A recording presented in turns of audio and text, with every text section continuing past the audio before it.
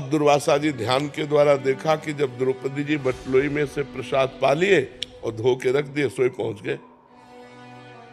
अब गृहस्थ धर्म का एक सबसे बड़ा धर्म है आतिथ्य धर्म। आतिथ्य धर्म दरवाजे पर आए हुए का स्वागत करना। अतिथि कहते हैं जिसका कोई परिचय न हो, कोई तिथि तारीख निश्चित न हो और आ जाए तो भगवान है, ऐसा हमारे शास्त्र कहते हैं। अतिथि देवो भव। कम से कम 3 बातें तो हम कर ही सकते हैं अतिथि के साथ। मृदु वचन, राधे श्याम, आइए आइए पधारिए, आसन कुर्सी कुछ ना कुछ, बैठिए, जल पीजिए, भोजन पाइए, ये बातें तो हम कर ही सकते हैं ना। इसके बाद अगर वो मांग करता है हमारे पास नहीं है तो हम निवेदन कर सकते हैं कि हम आपको नहीं दे सकते। लेकिन अतिथि को ये 3 बातें तो जल, भोजन, आसन, मृदु भाषण, ये तो किया जा सकता है। युधिष्ठिर जी तो साक्षात धर्मराज का स्वरूप है। उन्होंने प्रणाम किया सब ऋषियों को और कहा आइए आतिथ्य स्वीकार कीजिए। तो उनका हाँ, मैं यमुना स्नान करके आता हूं, तुम व्यवस्था करो। अब 60,000 ऋषियों की व्यवस्था। तो द्रौपदी से पूछा आपने पा लिया? उनका हाँ पा लिया। वो मूर्छित होकर गिर गए। द्रौपदी जी ने उनको चेतना लाई, बोले क्या हो गया?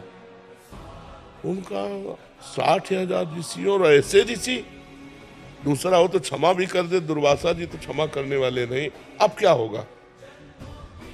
तो उनका एक सूर्य के द्वारा दी हुई बटलोई पर आपको इतना विश्वास था कि उसमें हमने पा लिया तो आप मूर्छित हो गए, और पूरे विश्व को जो पवाता है श्री कृष्ण पर आपका विश्वास नहीं है।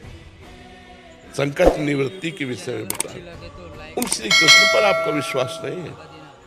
आप इतना मूर्छित क्यों हो गए, उदास क्यों?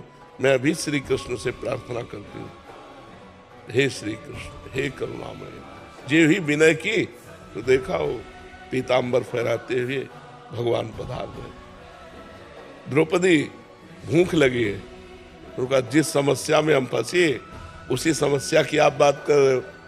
60,000 ऋषि दुर्वासा जी आए हैं ऋषियों सहित, और सबसे बोले ये सब बातें बात के पहले हमें भूख लगी।